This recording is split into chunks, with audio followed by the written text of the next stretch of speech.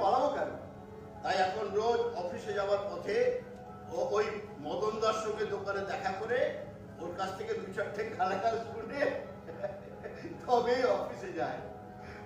ওই গালাগালগুলো না শুনলে ওর কেমন যেন ফাঁকা ফাঁকা লাগে, মনে হয় অনেক কিছু খেয়েও যেন কিচ্ছু খাওয়া হয়নি। শোনো, কাল রেশন তুলতে হবে, অফিস থেকে ফেরার সময় টাকা ধার করে নিয়ে আসবে। ধার করে নিয়ে আসবো? আরে কে দেবে ধার? সবাই কিন্তু এন্ট্রি করে নিয়েছি। দেখি ও এই না 100 টাকা আছে, কেরোসিনটা ধরে দেবে। ও আচ্ছা, হ্যাঁ তারপর শুনুন, আমি বলছিলাম কি ওই রেশনের টাকাটা ও আমি জানি না। তুমি কাকে মেজাজ দেখাচ্ছ? রেশনের চাল ডাল কি আমি একা খাই?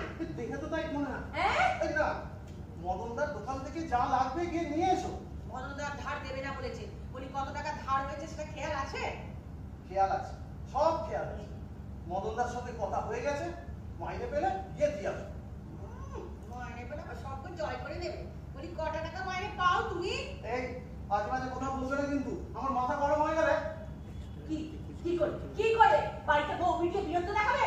হ্যাঁ, তোমার এই ভালো মানুষের মুখোশ না খুলে ফেলে দেবো। ও বাবা ঠিকই, এত লোক মরি হিমুড়ে না। এই অসভ্য হয়েছে, আর একবার উচ্চারণ করছিস তো জিভ টেনে ছিঁড়ে দাও। ছেড়ে দেখেছি তো কত হিম্মত। রক্তের দোষ। তোর বাপ না, তোর মা করে তুই তো গাড়ি করে কথা বলতো। এই যে শোনা, বাপ মা তুলে কথা বলবি না, তাহলে কিন্তু শেষ করে দেবো। শেষ করে কর শেষ কর, দেখি তোর কত হিম্মত। শেষ করলে বেঁচে যাই, সব সহ্য করতে পারি, তুই না আমি সহ্য করতে পারি না। আমিও তোর মুখে আমার মরণের কথা সহ্য করতে পারি না। জীবন, আমার নাম জীবন, আমি মরবো কেন রে?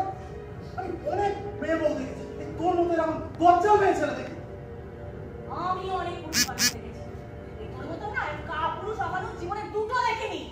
যে পুরুষ মানুষ নিজের বউ বাচ্চাকে ভালো করে রাখতে পারে না, তার এই খুঁটি তুলতে হবে। আরে জীবন দাসের খুঁটি তো তোলাই আছে, টান মারলেই হয়।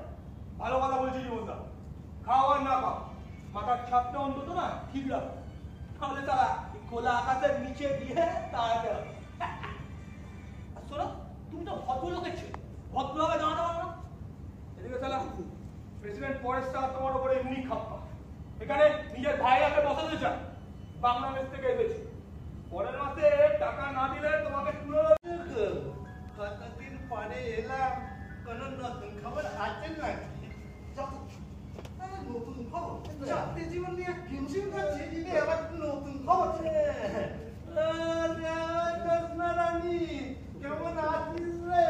একবার বাইরে আসিস না, দেখি কেমন ডাকার ডাকার হলি। বলছি কোনো সুখবর না থাকলে মনটা কিরকম খারাপ খারাপ লাগে রে। ঝামেলা খাও না তো, বলেছি তো আমার এখানে কোনো খবর নেই। একেবারে হট টেম্পার মাইরি, তারা জীবন তুই শুরু করা। কতদিন পরে